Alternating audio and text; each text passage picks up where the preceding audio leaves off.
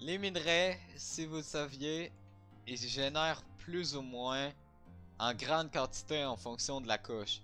Donc je vais vous montrer quelles couches sont idéales. Donc pour le charbon et le cuivre, c'est à la couche 48. Donc vous pouvez le voir dans les positions en haut à gauche de l'écran. Euh, la deuxième, c'est la coordonnée qui est importante. Donc on l'appelle la couche 48.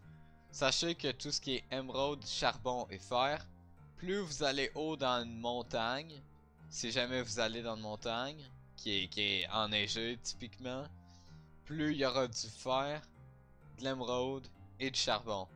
Mais si on s'en va dans les profondeurs des abîmes, ben on peut voir que le charbon et le cuivre c'est à la couche 48, c'est à la même couche. Si on descend encore, on peut voir que le fer c'est à la couche 16, donc ici. On peut voir que le lapis lazuli c'est à couche 0, si jamais vous en voulez le plus possible. C'est peut-être la couche que je conseillerais le moins d'éliminer, mais faites ce que vous voulez en vérité. À couche moins 16, on retrouve l'or. Donc l'or ça peut être intéressant si jamais vous en trouvez. Prenez note que dans le Nether, l'or est bien plus présent et vaut plus la peine. Donc, à moins que vous voulez particulièrement miner dans le monde normal, l'or, ça vaut plus la peine dans le Nether. Et sinon, si on descend tout au fond à couche moins 57, c'est là où on va trouver le plus de diamants et de redstone.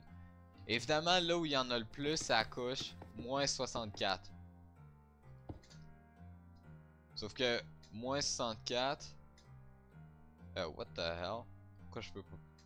Ok. Sauf que moins 63 c'est la plus loin qu'on peut aller. Le problème c'est que c'est de la bedrock partout. Donc le plus bas qu'on peut aller sans que ce soit vraiment de la bedrock, c'est moins 57. Donc la couche moins 57 c'est la meilleure pour le diamant. Voilà, si vous avez apprécié, n'hésitez pas de liker et à vous abonner. On se retrouve une prochaine fois.